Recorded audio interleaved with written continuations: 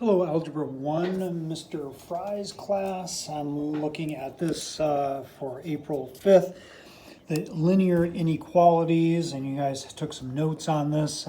They're in his filled out notes. If you needed an explanation of how to do these, I want to take you through the odd ones right now. We are going to go and look at this as if it is just slope-intercept form. And we remember y equals mx plus b, where m is the slope and b is the y-intercept. I'm going to work backwards. I'm going to take a look at the y-intercept first. So the y-intercept here is -5. So this is in slope-intercept form as an inequality. And so I go to -5 and I put a point at -5 on the y-axis. Remember, this is the y-axis. This is the x-axis.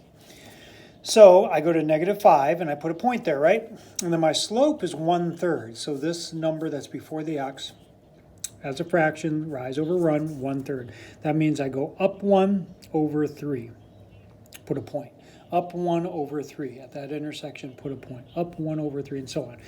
I make a line. This is supposed to be dotted line because y cannot equal it. If there was a line underneath here where y could equal it, that means that it would be a solid line, but it is not.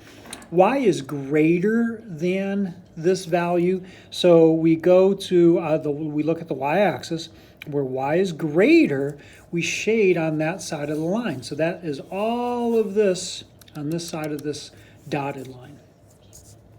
That's why it's going to look like that. Number 3, I got to get y by itself on one side of the equation, so I have to put it in slope-intercept form. So there's a little bit of math to do before we are able to graph this one. So I am going to subtract 5x from both sides. That's why I have a -5x over here now. And then I'm going to divide by a -2 because I'm left with -2y. Dividing by -2, dividing by a negative flips the sign. So now I have y is less than. -5 over -2 is just a positive 5 over 2. 12 divided by -2 is -6. So I go to -6 on the y-intercept, and my slope is 5 over 2. I go up 5 over 2, up 5 over 2, up 5 over 2. This is a dotted line because it cannot equal it. There is no line underneath here. So it's a dotted line. And I go to where y is less than this value. So I look at the y-axis. Y less than this value on the y-axis. Y less than is below this line. So everything below that line.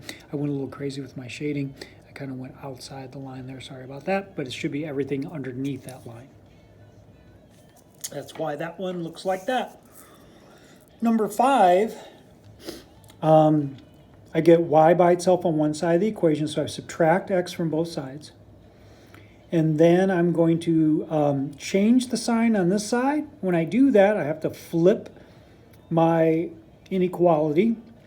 That means I change the signs on this side.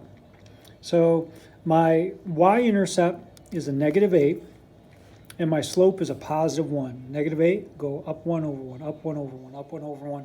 Connect those dots into a straight line. Y is less than or equal to, so it could be solid. So I have a solid line. And y is less than it, so it's everything underneath that line. That's why that graph looks that way. Number 7, I'm going to do number 8 too, because these are odd ones. Notice I don't have, I told you to look for slope-intercept form. Notice this just says y equals, there's no x, no nothing. What does that mean? Well, you go to the y-axis and go to -4. Y-axis, -4.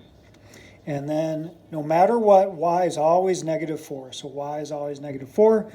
Y is less than or equal to it, so it's a solid line. And I'm shading everything below that line because y has got to be less than that. Y is less than -4. That's called a no slope or a zero slope. This is an example of something that's called undefined. This is a vertical line, whereas this was horizontal.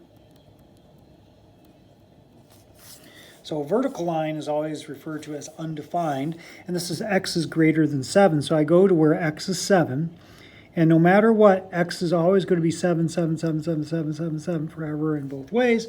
This is a dotted line because it doesn't say equals like this one. This one had equals, so it's solid. This one doesn't have that line, so it's dotted line. So it can't equal 7, but it's everything greater than 7. So everything greater than 7 on the x-axis is going to be shaded. And that's how you do it when it says x is greater or less than some number. Okay, hopefully that helps, and good luck with the rest of them.